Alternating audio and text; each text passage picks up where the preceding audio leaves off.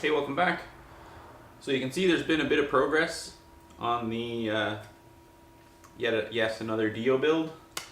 Today I'm just going to go over some of the stuff that I've done. I think that makes for a bit better of a video than me making stuff sometimes, just because sometimes it just takes a really long time. You end up with a really boring montage, and I can kind of cut some of that down and still show you the exact same stuff with this by this method. So we'll start off, we'll get into the rear mount and getting the rear motor in its proper place.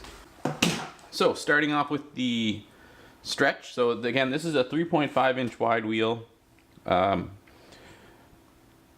cases have been shaved to clear this. This is a 180/10 tire, so it's a pretty low profile, wide-ish tire.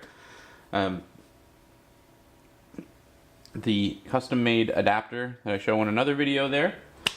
So then we have this Aliexpress front mount. So I've mounted it in the stock location here, but you can actually mount it here for even more stretch, but you need to then make a new link that goes here that's significantly longer. And you'll probably only be able to run a stock width tire with that, because that's so narrow you have no adjustability. So I did have to make up a couple of spacers. I had an abundance of drum front wheel axle spacers, which are super hard, so they make good engine spacer. On that side it's basically a stock length one, and this side is a 5.5 millimeter spacer, and that just allows it to line up so that the tire is running right in the middle of the frame. And then with these kits you do have to weld on some mounting tabs, so I just welded that one in there. I haven't got the bolt run through it yet, but that just gives you the idea of what you have to make. I would recommend gusseting it a few places to the tube and just getting it on there nice and solid, because there is a fair amount of force that's going to be on that. Then moving on to the rear shock. So the rear shock was actually surprisingly easy. Basically make a sleeve that goes in here so it doesn't crush, and you can tighten the bolt up and get a longer bolt and run it on the outside. But that actually gets the alignment of the shock really quite good. One of the TWH offset shocks, and then mounting it there with the offset, it gives tons of tire clearance. The shock is very happily secured to the frame, and it required very little on the side of fabrication to get it there. Moving up to the front wheel, we got a set of Dio ZX trees from Japan, a set of just Taiwanese legs. We have a monkey front hub. We have monkey front wheel. And then we get on to the rotor and the axle spacings. Gene really wanted to run a Speedo, the stock Speedo, because he wants to run the stock cluster. The Dio ZX one won't work. You need to get a monkey Speedo drive to run on the monkey hub. Also, you will need to pick up a monkey Speedo cable, as the monkey ones are threaded on both ends. So it threads on here and it threads onto the Speedo cluster, which is what you need. So Aliexpress is a good place for these. You can pick them up pretty cheap, a couple bucks, same for the cable, and you'll be able to use these. Now there is a catch to that. So what I had to do was mount this on a mandrel on the lathe, like an expanding mandrel, and then shave this down until there was basically a millimeter left before I hit the snap ring that holds the drive tangs in. And then once I had that done, you got to trim the total length of this boss down to 22 millimeters total. The seal should work, but it's really quite tight. Also, this monkey hub is shaved down on the Speedo side to suit, as the tangs are too long, so I trimmed it down a little bit as well. It's kind of hard to see because I have the Speedo drive on there right now, but you can kind of get an idea of what you're going after. You have to shorten this boss totally down to get it to clear and get the wheel to be centered. Then 12 millimeter axle. You can get these off Japanese bikes or anything really. You can get an aftermarket one. Now the brakes. So here's one of the problems you're going to run into. If you want to run a 10-inch wheel and you want it to be wide, you have to run a 200 millimeter rotor. Now, pretty much everywhere is going to sell you a adapter that is 220 millimeters. The distance between here and here, I believe, is 90 2 millimeters or something like that. You can get 200 millimeter adapters, but they are for stock Honda legs, and the spacing in between here and here is 85 millimeters. So you can modify them by welding in the hole and moving it around, which I did for the Spree, or you can switch out to the NCY style ones that have the 2 bolts that are close together up at the top here, and then the caliper just kind of hangs down off. That's probably a better option. I know that NCY makes 200 millimeter rotors, so they probably have an adapter that bolts to these because their legs are Taiwanese too, and then you can run their caliper. Problem being, those are pretty pricey. If you want to run one of these, you basically need to have a custom made adapter that's going to allow this style to fit. It's not a bolt-on, or at least I haven't come across a 92, I think, millimeter spacing for Taiwanese legs that will fit a 200 millimeter rotor. The other thing you have to keep in mind is Dio rotors won't work at this point. You need to get a monkey rotor. So they can come in both 200 and 220 mil, but you're going to, depending on the caliper you have, a 220 is going to be super tight, like incredibly tight to the rim. So a 200 is probably much better just for space and everything. Basically the spacer on this side, I removed the seal from in here because they're rubber sealed bearings, so it should be okay for a bit. You may have to replace your bearings a bit more often because it's not double seal, but that's fine by me, probably most people.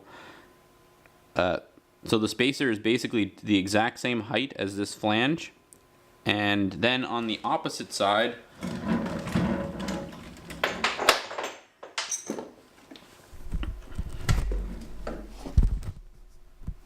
you need to spin the leg around backwards to get enough room. Now the wheel is still centered. Take a peek. You know, pretty equal distance spaced side to side. So this should be fine. But the drive for the brake drum boss needs to be on the outside of the wheel. It's still flat. You can still put a bolt on there. Everything will be fine in that sense. But now you have enough space in between the legs that you can actually fit a monkey hub with some modifications and custom spacers. That is if you just want to run a monkey hub. You can also run Dio wheels, which then it becomes a whole different ball game. It's a little bit more like bolt in. You can get scooter wheels that fit Dio specifically. And the only other thing that I really have to do at this point is add a small pin that just keeps the drive tang from rotating. I could also shave this down and lock it in underneath here. There's a flat and it should actually hold it there. But I'm probably just going to take the leg off, drill a small hole, and put just a press in a pin just to keep the speedometer drive from rotating. And the final thing is I had to remove the seal. I don't know if this monkey hub is mismachined, but the seal was incredibly tight on there. Even though that's a monkey speedo drive adapter, it didn't seem to want to work. So I'm going to have to maybe machine the hub down a little bit to get it to fit better. But that's the front wheel and how to get a monkey hub to fit well inside of a set of Dio trees. Now on to my current headache, getting aftermarket levers to fit inside of a Japanese headset piece. It is possible. I'm actually part of the way there right now.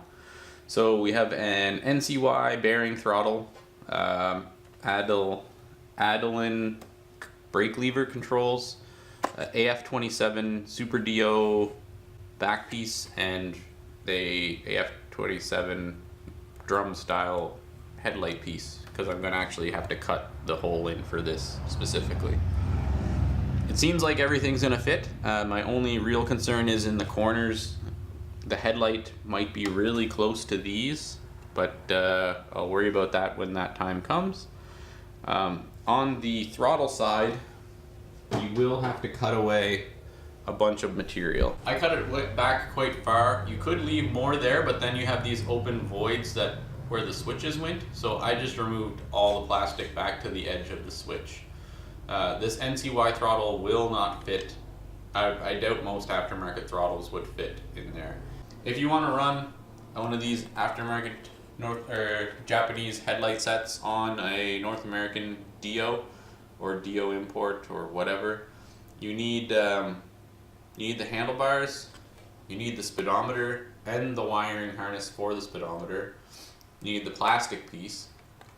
You will also need the, if it's a disc one, you are going to need the throttle tube from a Japanese Dio if you want it to fit underneath the plastic.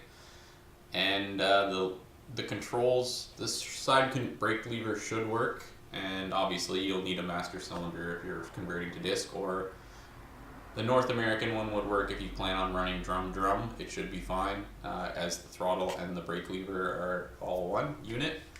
But so on the non-throttle side, I had to clearance the plastic in here to allow the NCY grip to go on there. This isn't the NCY grip, I haven't put it on yet, but it's much fatter and it's a bit longer, so it's gonna have to go inside of the void there.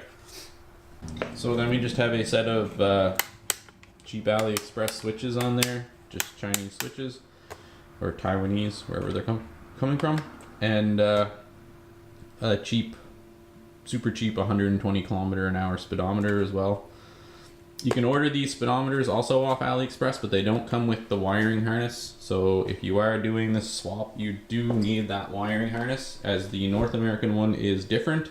The flasher circuit is different.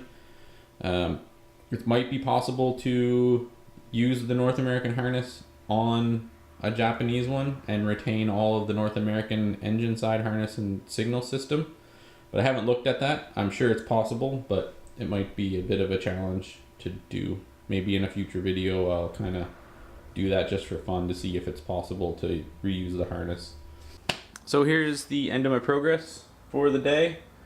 I found out that I'm actually missing the floorboard I thought I had, and the fill panel that goes up over the gas cap, so I'm going to try and track 2 of those down. But I have most of the plastics on the front.